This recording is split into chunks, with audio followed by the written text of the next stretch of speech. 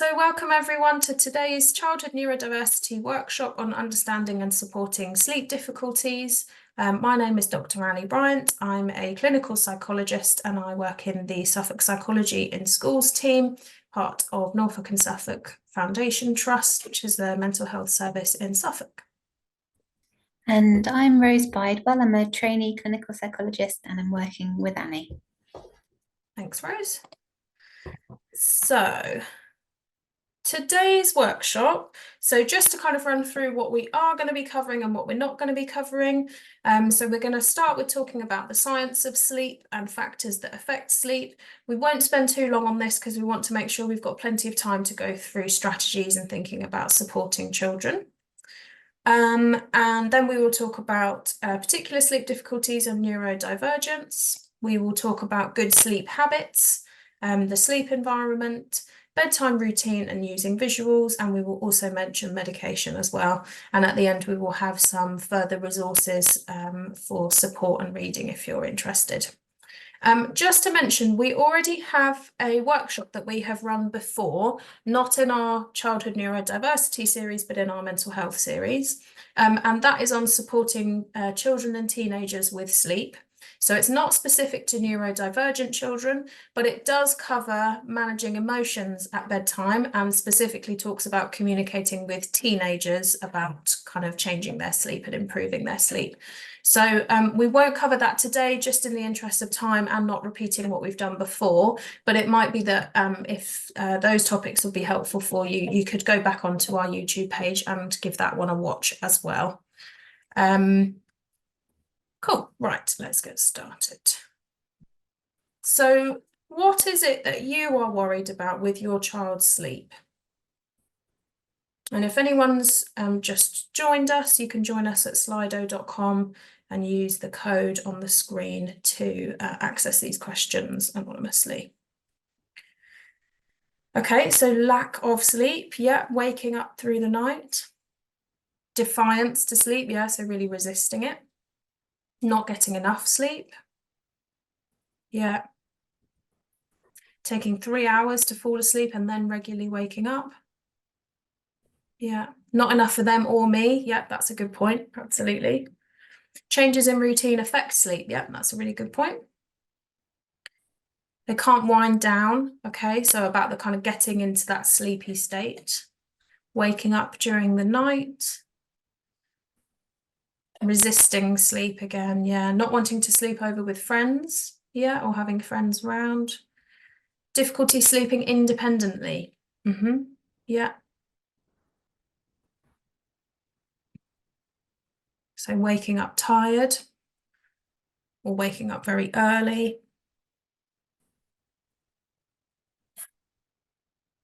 Coming out of her room at night time, needing me to be there. Okay. So lots of different difficulties here. We've got some difficulties with that kind of winding down and getting to sleep at a good time. Some difficulties with waking during the night or reliance on needing parents nearby. And then waking up tired, yeah. So people being concerned about the quality of sleep and their child getting enough sleep. Incontinence as well during the night, yeah. Devices, yeah, so using screens. Restlessness, yeah. Using excuses to stay awake longer, yes, we hear that a lot, yeah. Being sensitive to noise. So lots of different things that children are struggling with. And I think we're gonna speak to quite a lot of these throughout today. So thank you, that's really helpful. And how do you feel that your child's sleep difficulties affect you as a family? So we just talked about some of the things that are difficult. What's the effect of those things on you as a family? We're tired, absolutely, all exhausted. Yeah, so it's not just the children, it's everyone in the family is feeling really exhausted. No evening, yeah, so really taking up the evening and not having time for your partners or being alone, really stressful. Waking up early and grumpy, absolutely, so starting the day on a bad foot. Effect on other siblings as well, yeah. can become quite aggressive. So that's really tricky to manage. Late for school, yeah, that's something that I know a lot of parents really struggle with, is that impact of either struggling to wake up or feeling really kind of frustrated and sleepy in the morning, and the impact on being late for school. Lack of flexibility, yeah. Yeah. Challenging behaviour. Feeling judged by family, okay. Yeah, mood swings. So lots of people saying it's been years since they've had good sleep. So it's absolutely massive impact on your well-being as individuals, as couples, as families, really an impact on siblings. And we're hearing kind of physiological impacts of being very exhausted, but also those emotional impacts of being angry, being frustrated, just the impact that this has had on your lives. So I think it's helpful to start here, really to kind of set the scene of these difficulties are major. They're, you know, sleep difficulties for children can have a really, really major impact on families, practically and physiologically and emotionally. Absolutely. Thank you, everyone.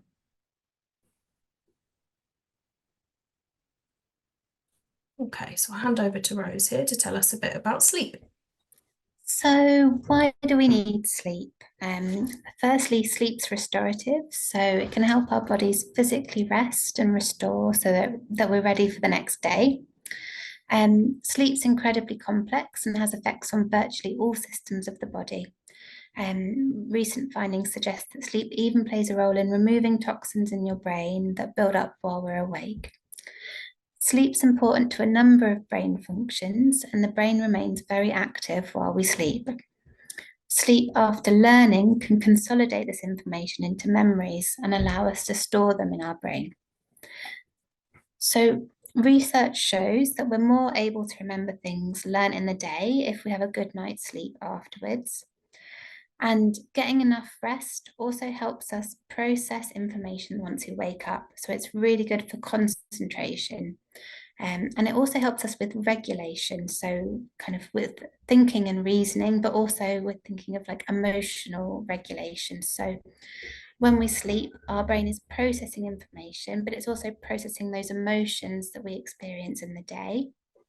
And it does this to make it more manageable. So sleep helps us integrate emotional information with logical information, and this helps us with overall reasoning.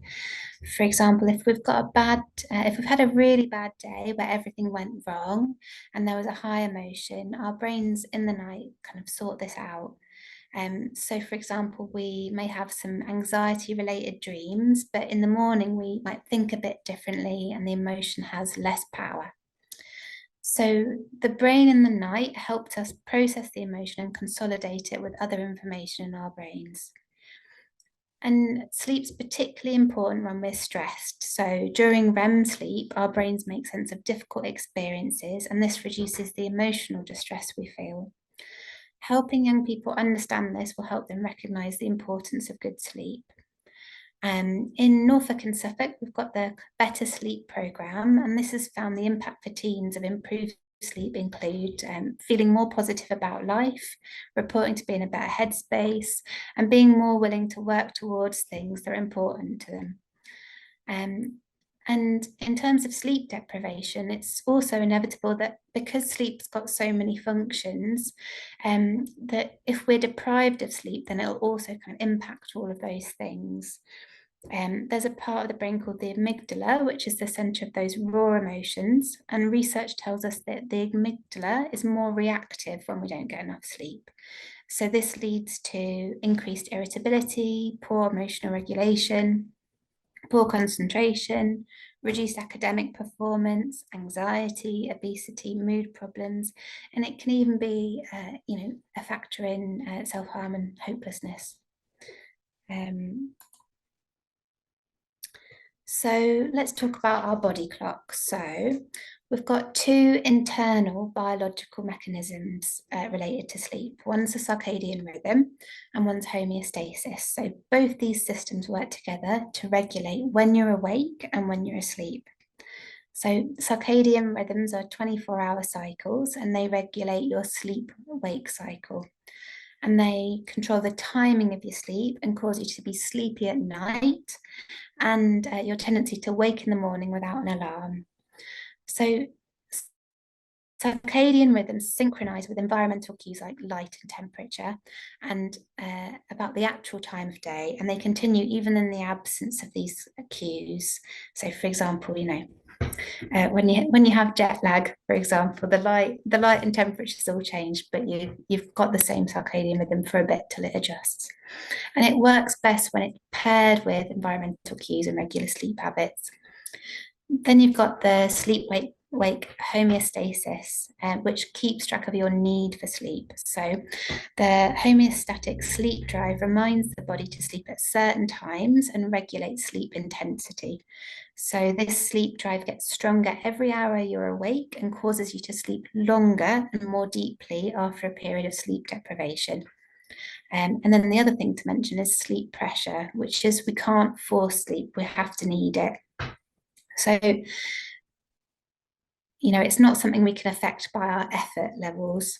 The amount of sleep needed varies as we age. So, and also between individuals of the same age. So there's no magic number of sleep hours that works for everybody of the same age. Babies initially need as much as 16 to 18 hours per day, which boosts growth and development, especially of the brain.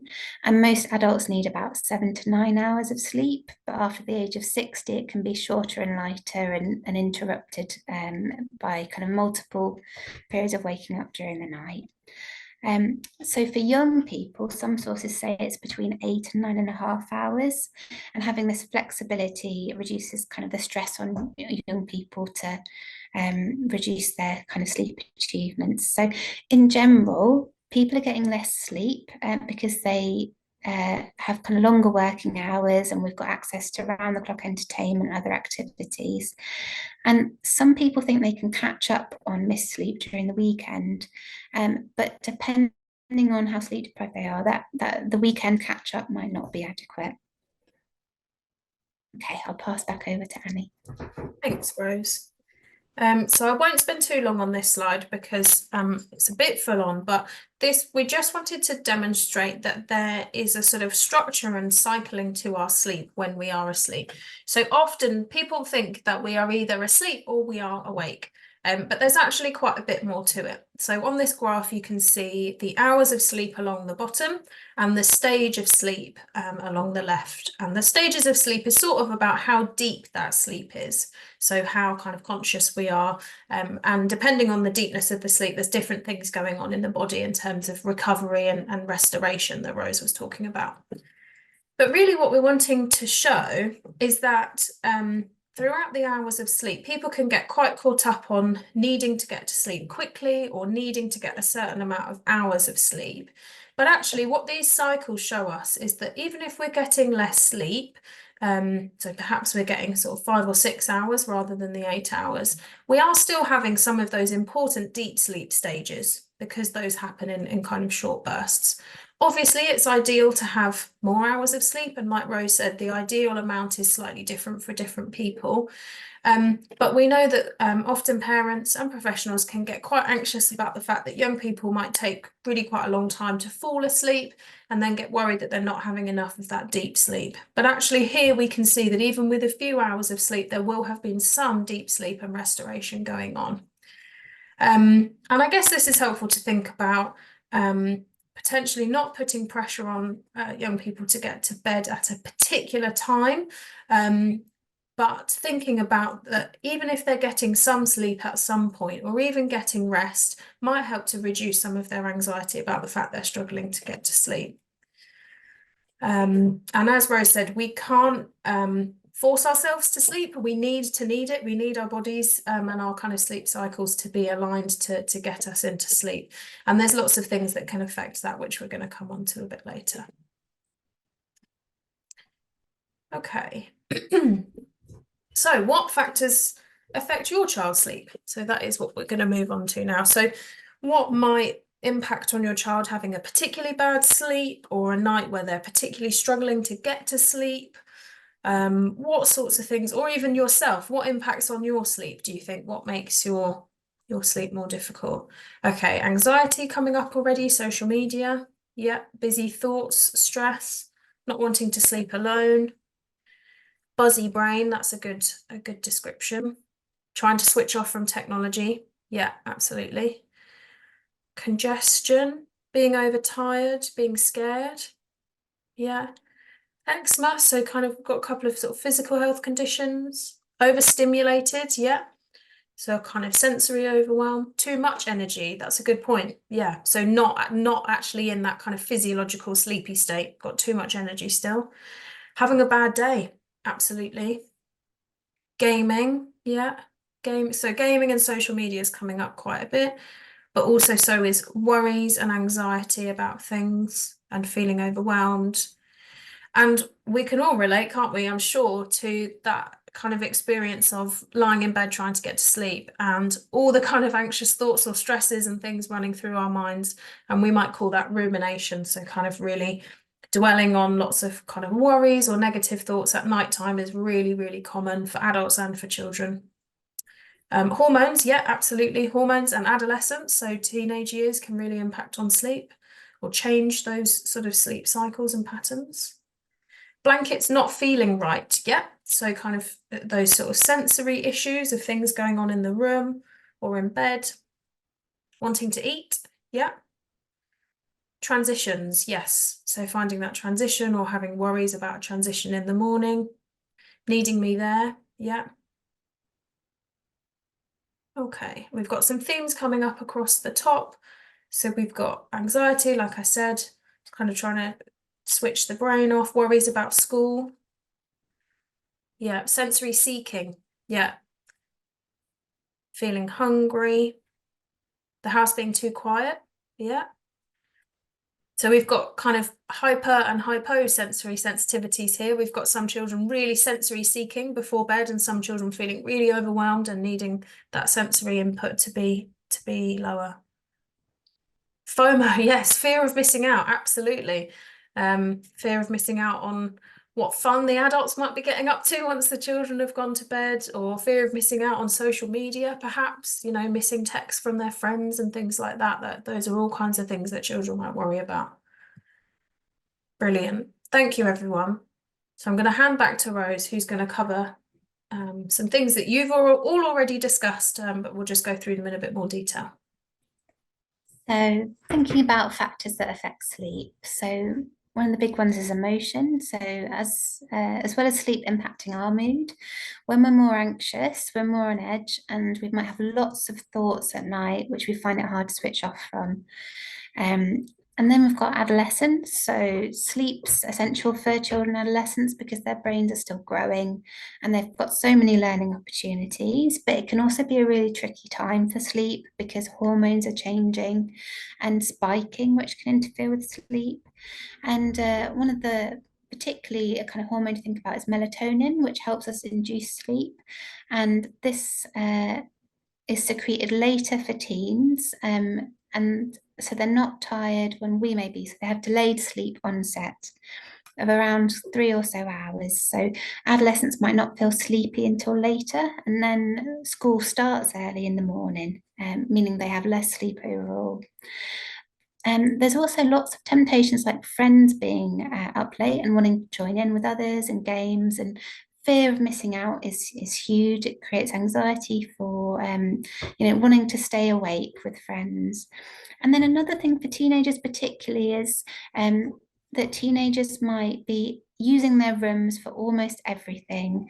And the problem is this weakens the association that they're creating with sleep and their bedrooms. So ideally, we need to keep bedrooms just for sleep and find somewhere else to spend time and enjoy ourselves. Then we've got food and drinks. So foods and drinks that are high energy, like high in sugar or contain caffeine, can have a negative impact on sleep. So when you drink something with caffeine in, even after 4 to 6 hours, half the caffeine is still in your body and having an effect on keeping you alert.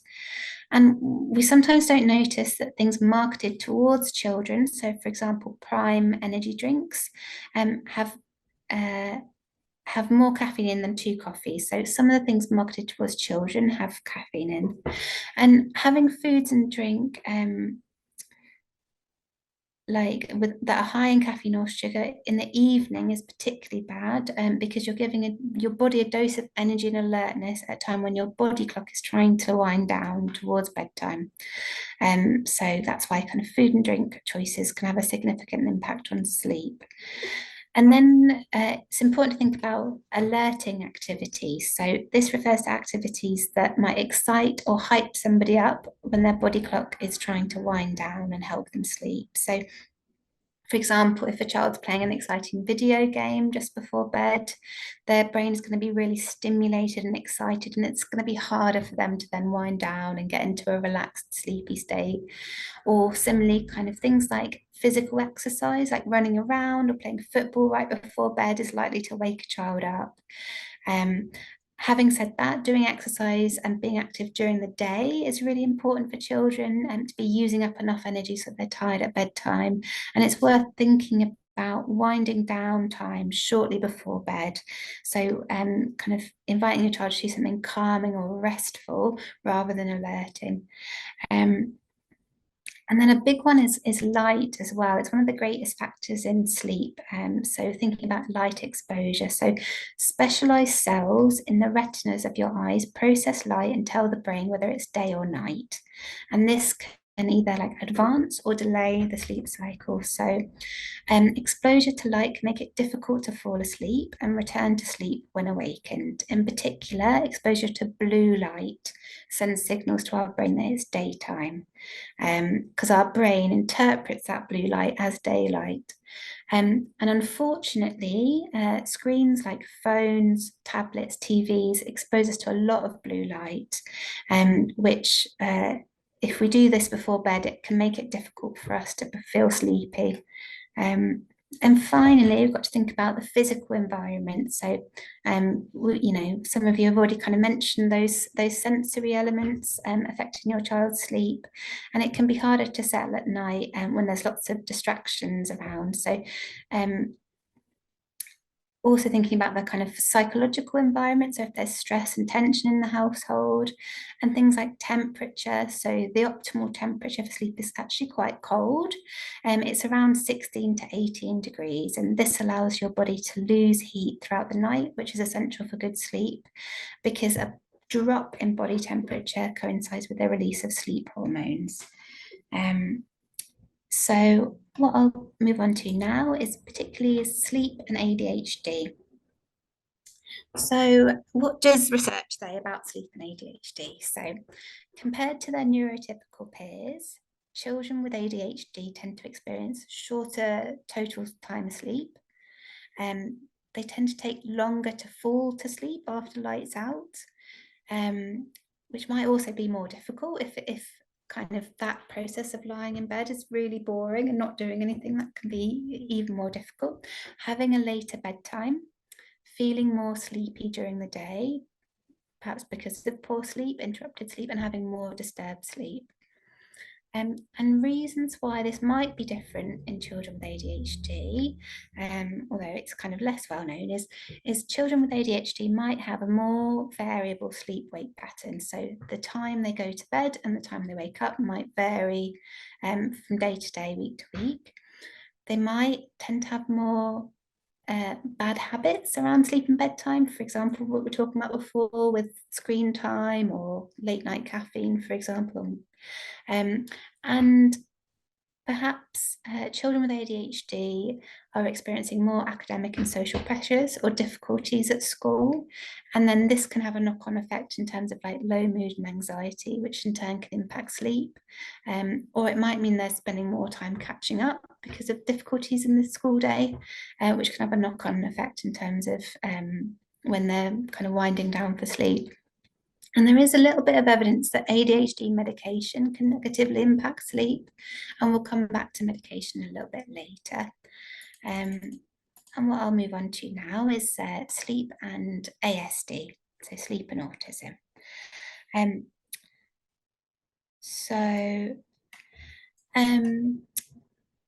There's some similar findings for children with with autism compared to their neurotypical peers. They also have shorter total time asleep and also have longer time to fall asleep after lights out. And one of the things that might also happen is that kind of resistance to going to bed and being more fearful of darkness. And the percentage of autistic children who have sleep problems is quite high. It's estimated between 47% and 83%.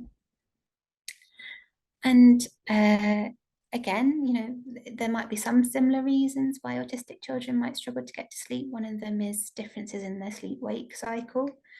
But one of the findings is there's an association between restrictive and repetitive behaviours like rituals that can impact on resisting going to bed or struggling to fall asleep. And academic or social pressures could also be impacting on well-being and impact on getting to sleep. And there's some suggestion about kind of sensory sensitivity or sensory integration as well, with impacting on that settling down process at the night time. And I'll just hand back to Annie. Thanks, Rose. So we're going to move on to thinking about how you can help your child or your children with sleep. So just to quickly summarise what we'll cover, we're going to cover some good sleep habits. So thinking about how you can kind of counteract those factors that can affect sleep. We're going to talk specifically about the sleep environment and how to adapt that for your child's needs. We're going to mention bedtime fading, using visuals and routines. We will talk about medication, and then we're going to run through an example situation and what advice we would give. So before we go through all that, we thought we would open it up to our very knowledgeable audience of what helps your child with sleep. So what have you found helpful, either with helping your child get to sleep or helping them stay asleep?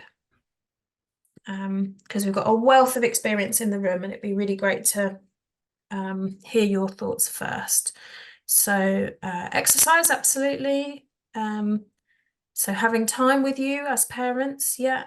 Having a bath, great one. Blackout blinds, yeah. Total quietness. And then somebody says podcast, so we've got a real mix. Audio books, cuddles, processing the day, yeah. That's a good point around, particularly for children who feel kind of anxious or overwhelmed about their day at bedtime. Settling down time, sensory lights. Both doing a word search, that's a lovely idea. White noise, yeah. Reading before bed, worry monster, journaling worries, loads of great ideas. So we've got themes coming up already. We've got routines, so having a routine for that winding down time and bedtime, which is brilliant. Weighted blankets, really good one. Using music or thinking about those sort of sensory aspects of the room, either reducing noise or finding a calming noise. We've got light and bath, time together.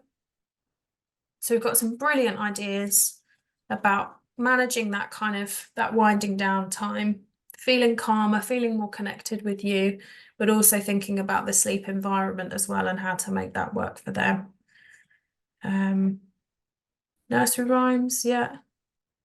Positive memory box, that's a lovely one. Guided meditation, yeah, absolutely. A timer for getting ready for bed, that's a really good one. Yeah.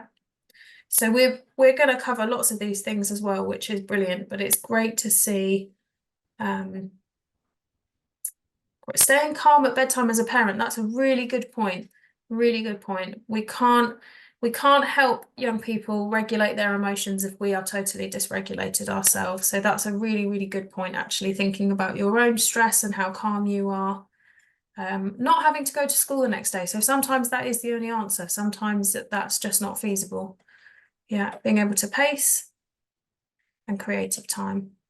Lavender spray, absolutely. Really nice one. Brilliant. Thank you, everyone. Those are fantastic. I'll hand over to Rose. So thinking about good sleep habits. So like hold in mind the systems driving sleep, the body clock and homeostatic sleep drive, and all the factors that can influence sleepiness or alertness. And these good habits are designed to help people feel sleepy and ready for sleep at the right time. So to establish a routine for a regular sleep-wake cycle, this means going to bed and waking up the same time each day, and encouraging a wind down and wake up routine. So relaxing before bed. Some of the ways you could do this is a warm bath or reading or having another relaxing routine. And it's also important to think about a wake up routine, like having a nice breakfast. And then another thing to consider is low stimulus activities before bed. So if you're, or when struggling to sleep, encouraging your kind of child or adolescent to find passive, low energy relaxation relating to hobbies or enjoy behaviours. I know people mentioned the Harry Potter audiobook, calming music, and kind of passive, relaxing behaviours on a device rather than kind of alerting behaviours on a device.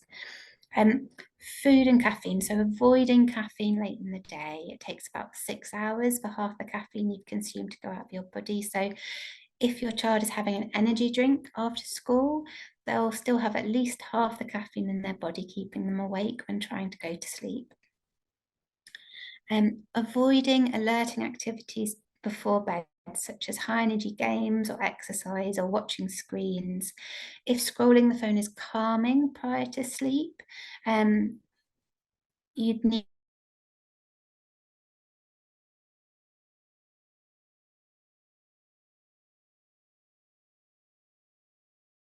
to kind of reduce the impact of the device, so flight mode, as opposed to removing the TVs. This can be very stimulating. Consider what's being watched. And one of the things is just getting people to check in. They might feel soothed, but how are they actually feeling? If they actually notice what's going on, do they actually feel relaxed when they're doing the activity while they're scrolling? Try to avoid bright lights and loud sounds. So we recognise that there's a social pressure for children to stay connected with their friends online, and this may mean finding their phone or tablet comforting when feeling anxious or at bedtime, but we have to balance the comfort with recognising the negative impact on sleep of looking at a bright screen. We have a workshop on YouTube already on social media, and you might find this helpful if you're finding it challenging to set boundaries with your child about their social media use. We've also got a workshop coming up in May in our Child Neurodiversity series on the positives and negatives of using technology, which you might find interesting. And finally, we'd advise people to not lie in bed for long periods of time. So for some people, this advice might be quite counterintuitive, but if you can't get to sleep for a long time, then your body is going to associate being in bed with being with being so your body is going to stop associating being in bed with sleep. So if you're awake for a while without feeling sleepy, do something else, like reading, listening to music, until you feel more tired, and then try getting back into bed again. And this might be quite tricky depending on your kind of home setup. So if getting out of the bed isn't possible, if you can encourage your child or young person to sit or lie on top of the duvet covered in a blanket, that might be a good alternative for creating that mental separation, or having a comfy chair somewhere, a bean bag on the floor, for example, a yoga mat, a rug, just some other space that's not in the bed space, where you need to create that strong association between the bed sleep link. I'll now move on to kind of the sleeping environment. So we've all got different quirks of what we like in our environment to help us get a good night's sleep. And we're going to go through some of the things to think about with your child that might help make their environment more calming and comfortable and less overwhelming. So a big thing is having a comfortable bed, and this means different things to different people. So you might want to talk to your child about what feels comfy for them or what feels uncomfy. I know people mentioned fleecy blankets, and that's one of those things that some people absolutely love and some people really don't like the texture of, and that's a really good example of how kind of personal things like that are. Thinking about how high they'd like their head to be. Do they need more than one pillow? Do they need to be tucked in really tight to feel secure? Some children might prefer to sleep in a sleeping blanket because they can be completely tucked in.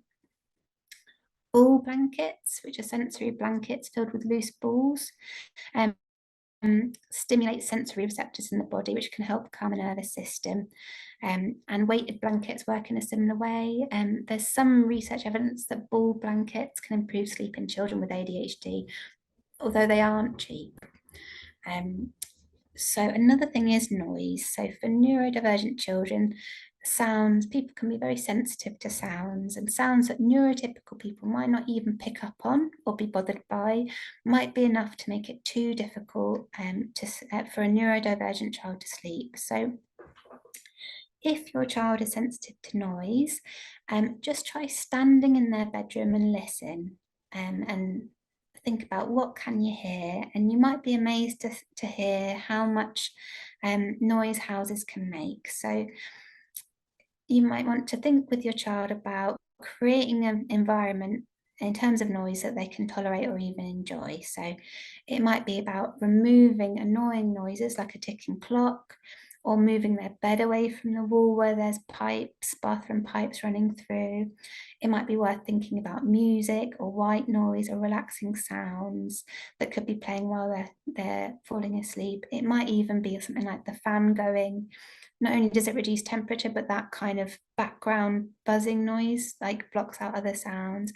There might be loads of apps now that have sleep stories or calming stories that can be really soothing, or bedtime, or audio books that people have listened to many times before, like Harry Potter. So another thing to think about is lighting. Lighting is another thing to consider for sensory sensitive children. So some children may need a room to be completely dark to be able to sleep, while others might find that really scary and need a comforting light in their room. So we want to avoid blue light when we're trying to sleep. So you can get lights that project on a wall with relaxing patterns, such as a starry sky or the northern lights, without spending too much money online. But consider ones that don't have that blue tone. And for children who struggle to understand night and daytime, you could also consider a grow clock. So grow clocks show images of stars and sun to communicate sleep and wake time, and the stars can go out one by one during the night to show the passing of time. So if you live in Suffolk, we've been told that you can go to Stowmarket Sensory Library, and you can try out a glow clock before buying one. And then thinking about temperature. So interestingly, research shows that the ideal temperature for falling asleep is 16 to 18 degrees, which sounds surprisingly cold. And we might be able to relate to this, having struggled to sleep on a hot summer's day, because warmer weather signals to our body that it's daytime. So for younger children, they might need a slightly warmer room, but in general, cool rooms are better for falling asleep. And it's worth thinking with your child about whether they're feeling too hot or too cold at night time, and is there any adaptation to their room or bed that could help. And finally, we've got comforting items. So your child may have a comfort item they need to be in bed with them, such as a favourite blanket or toy or collection of toys. But it's also helpful to consider what will comfort and soothe your child if they become upset during the night. So especially if they have frequent nightmares, it might be something within reach they can reassure and calm themselves with if they become worried. So a picture of a family member, a pet, a notepad and pencil in case they want to write their worries down. One of my colleagues worked with an autistic teenager who got their teachers to write reassuring messages. So, supportive things on post-it notes that she could put on the wall next to her bed. And then when she had a nightmare, she could look over at this board and instantly be reassured by these nice comments to make her feel happier and calmer before she was going to sleep. So over to you guys. Can you think of one positive adaptation that you could make to your child's sleep environment?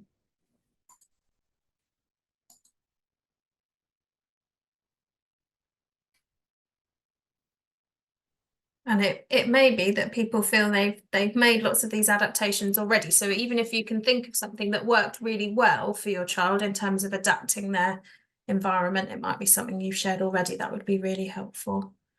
Oh, lovely. So lots of sensory things, adding sound, cooler rooms, weighted blankets, the noise, white noise. Yeah, the fan as well. Lovely smells with aromatherapy. A comforting object with the hugging pillow. Yeah, thinking about lighting, so twinkle lights. A comfy bed, so the cocoon bed. Yeah, lots and lots of sensory things going on. Ah, the dog in bed too, so very comforting.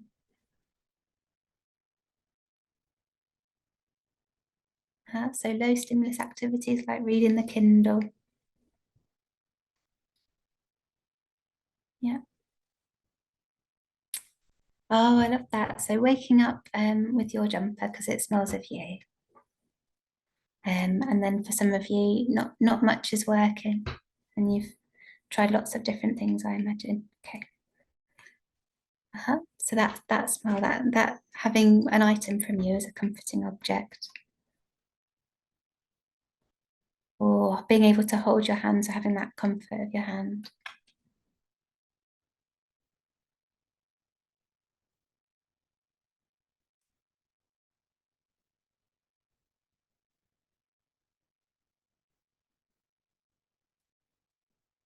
So lots there about that kind of comfort of an object that smells of a parent through different ways.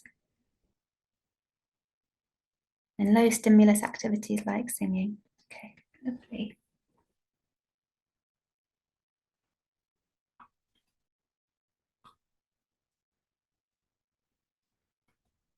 Um,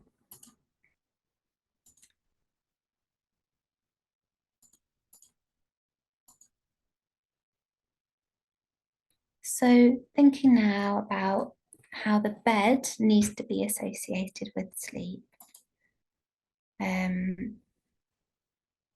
So it's really important that the bed has a learned, predictable association when your child gets into bed with sleep. And then their brain recognizes what it needs to do is go to sleep. So avoiding activities other than sleep in bed, like reading, using screens, playing games, can really help aid sleep. And if your child might find this difficult if there isn't much space in the house or their bedroom, they may find it difficult to spend time outside of their bedroom, for example, because of sensory needs. And in this case, find a way to make a distinction between their bed in awake time and sleep time. For example, using different cushions or blankets and encouraging them not to go under the duvet. So, for example, to go on top of the duvet with a blanket instead. And now I'll pass back to Annie. Thanks, Rose. So we've had lots of ideas around kind of particular habits and adaptations. Just wanted to introduce the idea of bedtime fading. So this is particularly for children where they are really struggling to fall asleep at an appropriate time. So it might be that they're getting into bed and staying awake for hours, or just, refusing to sleep, or saying that they're not tired for a really long time. And this idea can seem a bit counterintuitive and can feel tricky to implement at first, but it is based on kind of really well evidence-based sort of behavioural science about making behaviour changes. So what you can do is identify a bedtime at which your child would fall asleep within 15 minutes. And some children with, hormone differences or really dysregulated sleep cycles, that might be tricky. But most children, you can think of a time where they would fall asleep within about 15 minutes. And it might be pretty late. It might be in the early hours of the morning. It might be midnight. So it's setting a time in which they would get into bed and they would be asleep within 15 minutes, and trying to work out what that is. And then gradually then setting their bedtime earlier and earlier by perhaps another 10 or 15 minutes back from that time, until you reach the ideal bedtime. And there might need to be a bit of a compromise in terms of an ideal bedtime between yourself and your young person. Again, remember with teenagers, their sleep onset is often hours after younger children or even adults. So an early bedtime would be very difficult for them. But it's gradually setting that bedtime earlier and earlier. And what's important here is keeping the wake time fixed. So if your child, for example, goes to bed at their first bedtime of 1 a.m. or something, they might be very sleepy the next day. And it's trying to avoid sleeps during the day or naps during the day, because we're trying to kind of re-establish that body clock and re-establish that sign that when it gets to bedtime, they need to fall asleep straight away because their body is genuinely tired. And again, it's thinking about what they are doing leading up to that bedtime. So again, all the advice around avoiding those really alerting activities, trying to do something comforting and calming, not too much screen time. So this can be a tricky one to set up, but it can work really, really well in terms of setting a really late bedtime and then working backwards. And hopefully that should kind of naturally adjust your child's sleep cycle, especially if they are unable to nap and things during the day. They're just going to end the day feeling exhausted and then get to sleep really quickly. You can kind of do a similar thing as well with kind of proximity to your child. So some children would find it really difficult to sleep without their parent in the bed or holding their hand, for example. So you can do a similar thing of taking small steps to try and reduce that. So it might be starting with them falling asleep with you in the bed and doing that for a week or so, and then stepping back to they're going to hold your hand and do that for a week. Then it's going to be that you're going to be sitting in the room but not touching them, and kind of slowly working back. And that might mean working back to sitting by their bedroom door while they fall asleep. And hopefully that will mean that over time they can progressively learn that they can cope with falling asleep just knowing that you're in the house, rather than being kind of in there with them. So you can use a similar thing to kind of slowly reduce that proximity in the same time of slowly fading bedtime earlier back from a late bedtime. And we just wanted to share some resources from our fantastic team, the behaviour support team for children with learning disabilities and autistic children in Suffolk Services. So they have a great website, which we'll link to again at the end of today.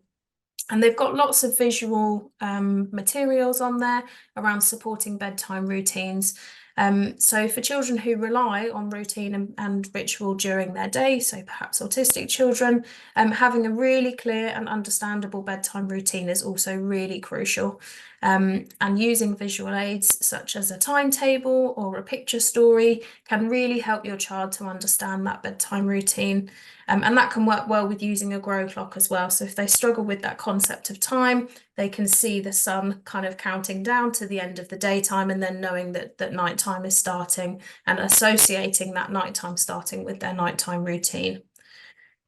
So there's some really lovely resources on there. And I will hand back to Rose for this bit. So this is a little bit about medication specifically. So melatonin is a hormone that occurs naturally in our bodies, and it rises when it's time to sleep, and it helps us regulate our sleep-wake cycle.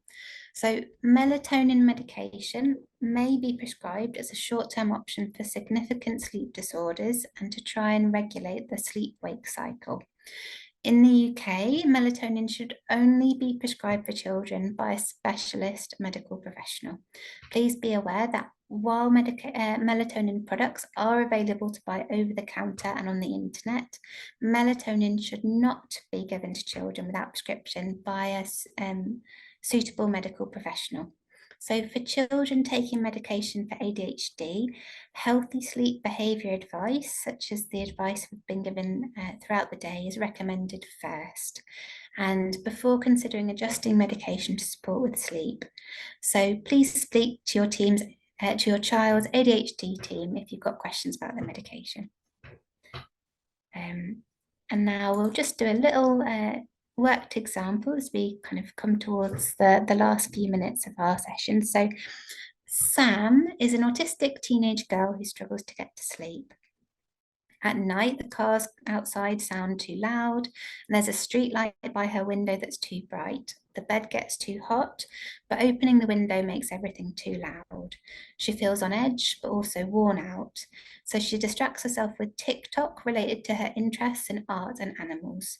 People talking in the videos give Sam a warm feeling of having friends in the room. She keeps scrolling, and then suddenly it's 2 a.m., and she still feels just as alert as when she got into bed.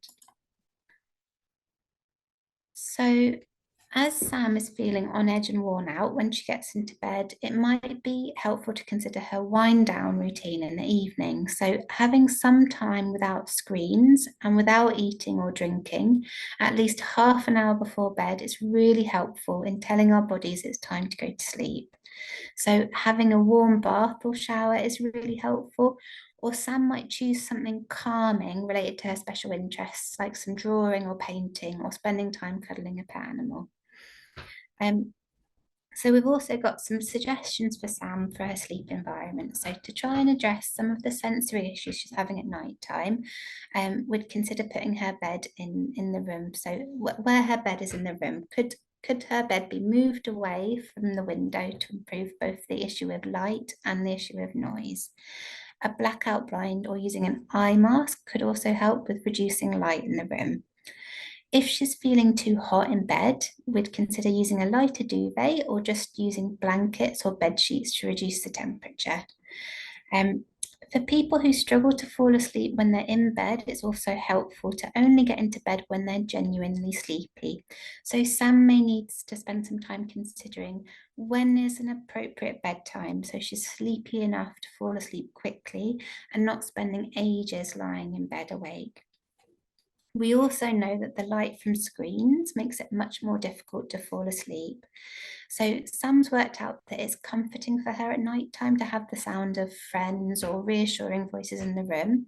So it might be that she could look for a podcast or an audio book or music that she could listen to on her phone while trying to sleep. And this could help feel comforting without the need for stimulation of the light from her phone.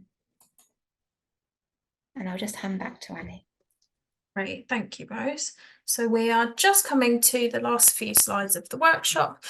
So we've got some further resources here if you are interested. The Charity Mind have a really nice page about sleep and mental health and the relationship between kind of difficult emotions and sleep and how to cope with that. The Sleep Charity is a fantastic website. They've got loads of information about supporting children with sleep. And similarly, the Teen Sleep Hub is also an excellent website. They have a free ebook that you can download about supporting teens with sleep, and also teenagers themselves can get some advice on sleep on that website.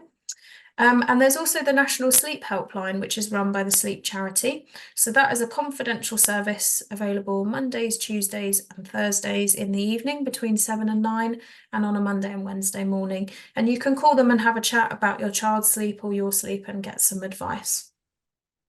Again, as we mentioned at the beginning, we have a similar workshop on supporting children with sleep, which is not aimed specifically at neurodivergent children, but it does cover managing emotions at bedtime, and it does cover more specifically kind of supporting teenagers to make changes to sleep.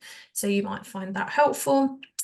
And in terms of Suffolk, I've put on there the link to the behaviour support team's sleep resources, but also a sleep resources website from our psychology and therapeutic services. They've got some nice resources on there too.